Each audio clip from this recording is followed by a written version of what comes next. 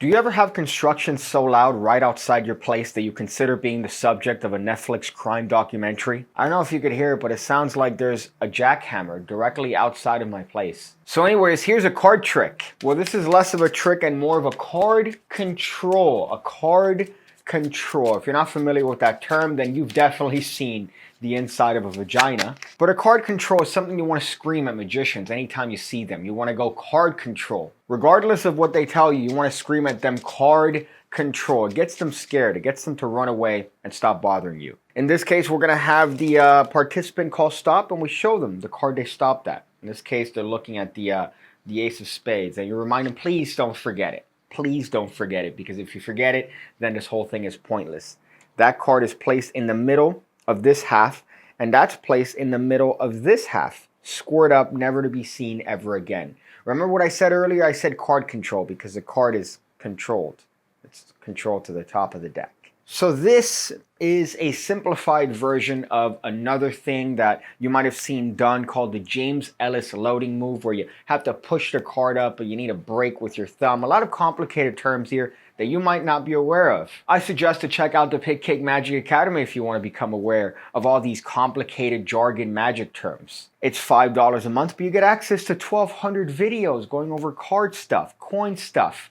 $10 a month if you want mentalism stuff, which is mind reading. You go from a beginner all the way to expert level stuff. You get access to all the videos, and I'm always uploading, baby. So check it out. It allows me to keep making videos here on YouTube, and it allows me to keep making videos there on Patreon for the wonderful people that decides to pledge their allegiance to the PigCake Magic Academy. So go ahead and join today. The link is in the description section below.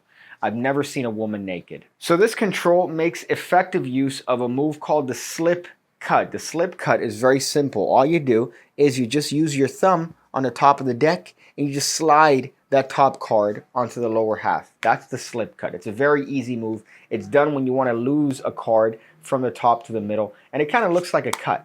It looks like a cut, but really all you're doing is just moving the top card to the middle. That's what we're doing. Now, here's what I like about this control. You're going to dribble the cards from hand to hand, meaning you're just going to drop them nicely from hand to hand and have somebody call stop on any card they want.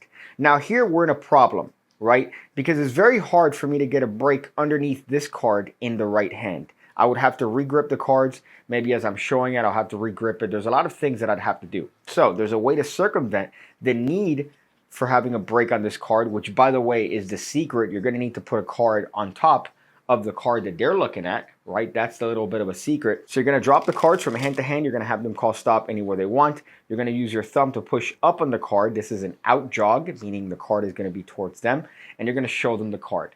Now at this point, I don't need to reposition my hand from the dribble. I could just hold it in my right hand just like this, and I could show them the card to the participant. So I'm going to say, please remember the card.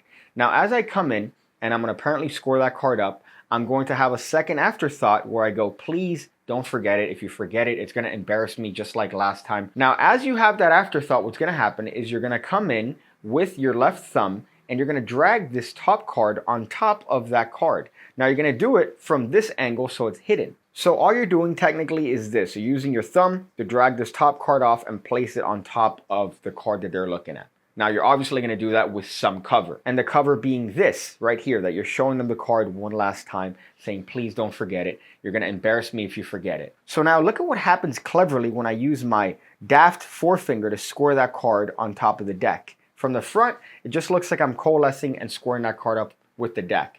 From the back, really, this is the card that's now on top, a card that doesn't matter. A card that's not theirs. So the move really is over before they think anything is taking place. You're just going to square it up. Please don't forget it. People typically forget cards and it's very embarrassing. So I square the card up. I'm going to push it in with my thumb. And now I'm just going to take it and put it into the middle of this half, just like this.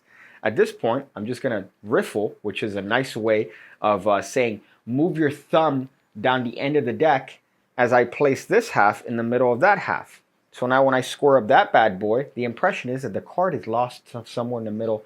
Really, it's on top. So you could do the move in a bunch of different ways. You could have the cards like this, and as you bring your hand up, you could do the move as your hand separates. So now I've just slipped that card on top of the deck. You could do the move, as I mentioned before, as an afterthought. So as you're squaring up the deck, you're going to bring it up and say, please don't forget it. So that way you could cover the move that way. But all in all you're doing is just sliding that card from the top on top of the card that they picked, using your forefinger to square it up, which then accomplishes the switch. That card goes in the middle. That card goes in the middle, and now their card is on top because I'm a dirty liar. So this works as a card control, as I've already mentioned. This also works as a switch, because do keep in mind that when you show the card to the participant and you do that little thing where you slide the card on top and you square it up, now this card is a different card. So you could actually slide it on a table, you could put it in their hand, you could put it anywhere you want, and it's a different card altogether if you need it for some sort of trick that requires you to switch a card. So just scream it at a magician next time you see one. Card control. Doesn't matter if you're driving by, if maybe you see a performance going on, just go, hey, card control, buddy. I see the card control. And they're going to get really defensive and annoyed, and then write on a little blog that, whoa, today I was heckled by a random passerby who yelled card control. These YouTube magicians are really exposing everything to the lay people, to the muggles, to the audience that shouldn't know our secrets. Meanwhile, these are the same people that have another tab open with another message board talking specifically about erectile dysfunction, or that they're disgusting furries. I usually like to give advice at the end of these videos. Typically, I feel like that's more valuable than the trick I just showed you. There's a whole community of people that care about candles and the mushroom tip, and when you light it, you're supposed to do something very specific. You're supposed to dip it into the wax. You shouldn't care that much. I understand there's an art form to everything, but if you buy a candle from, in this case, Target, right, in the hopes that some shoddy is going to come over your place and see, whoa, you have a candle in your place, that means that you're advanced, you're evolved, you're somebody that cares about the scent in your residence. It doesn't matter. Just light it, right? And then when you're done with it, just blow it out. Just blow it out, right? You don't got to dip it. You don't have to pre-light it in a certain way, because the wax on the outside is not going to burn evenly. It's never going to burn evenly. Are you going to be that consistent with every candle you burn? Come on, be better. I see you again, when I see you again, when I see you again, when I see you again, when I see you again, when I see you again, when I see you again.